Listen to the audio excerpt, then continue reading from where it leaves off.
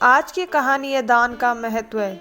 एक भिखारी सुबह सुबह अपने घर से बाहर निकला और मन ही मन सोचा, आज त्योहार का दिन है, गांव में बहुत भिक्षा मिलने की संभावना है। वह अपनी झोली में थोड़े से चावल के दाने डालकर बाहर आया। चावल के दाने उसने अपनी झोली में इसलिए डाले ताकि झोली अगर भरी दिखाई पड़े तो देने वाले को आसानी होती है। उसे लगता है कि किसी और ने भी दिया है तो मैं भी दे देता हूँ। सूर्य निकलने के करीब है, रास्ता सोया है, अभी लोग जाग ही रहे हैं। मार्ग पर आते ही सामने से राजा का रथ आता हुआ नजर आया। वह सोचता है आज राजा से अच्छी भीख मिल जाएगी। राजा का रथ उसके पास आकर के रुक जाता है।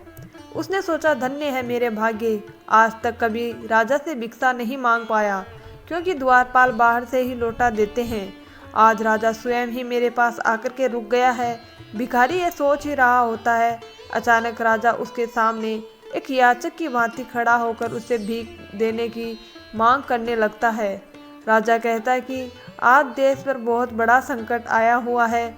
ज्योतिषियों ने कहा है कि इस संकट से उभरने के लिए यदि मैं अपना सब कुछ त्याग कर एक याचक की भांति भिक्षा ग्रहण करके लाऊंगा, तभी इसका उपाय संभव है।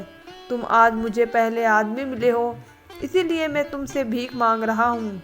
यदि तुमने मना कर दिया तो देश का संकट टल नहीं पाएगा, इसीलिए तुम मुझे भिक्षा में कुछ भी दे दो।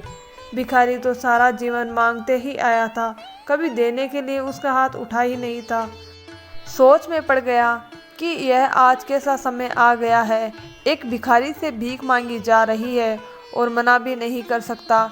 बड़ी मुश्किल से एक चावल का दाना निकाल करके उसने राजा को दिया। राजा वहीं एक चावल का दाना ले खुश होकर आगे भिक्षा लेने चला गया। सबने उस राजा को बढ़ चढ़कर भिक्षा दी, परंतु भिखारी को चावल के दाने के जाने का गम भी सताने लगा। जैसे तैसे वह शाम को घर आया। भिखारी की पत्नी ने भिखारी की झोली पलटी तो उसमें से उसे भीख के अंदर एक सोने के चावल का दाना भी नजर आया। भिखारी की पत्नी ने जब उसे उस सोने के दाने के बारे में बताया तो वह भिखारी छाती पीट कर रोने लगा। जब उसकी पत्नी ने रोने का कारण पूछा तो उसने सारी बात उसे बताई।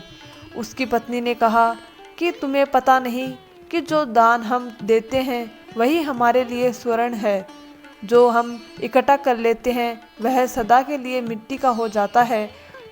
उस दिन से उसे भिखारी ने भिक्षा मांगना छोड़ दिया और मेहनत करके अपना काम परिवार का भरण पोषण करने लगा। जिस सदा आपने हाथ फैला करके भीख मांगी थी, अब खुले हाथ से दान पुण्य करने लगा। धीरे धीरे उसके दिन भी बदलने लगे। जो लोग हमेशा उससे दूरी बनाए रखते थे, अब उसके समीप आने लगे। अब वह एक भिखारी की जगह दानी के नाम से जाना जाने लगा।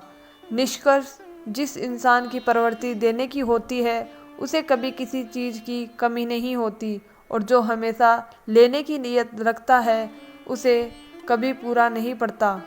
इसीलिए दोस्तों, हमेशा देने की आदत डालो, ना कि लेने की। अगर हम दान पुण्य करते हैं तो हमें उतना ही भगवान वापस देते हैं। दोस्तों, कहानी पसंद आए तो प्लीज़ कहानी को शेयर कीजिए। धन्यवाद दोस्तों।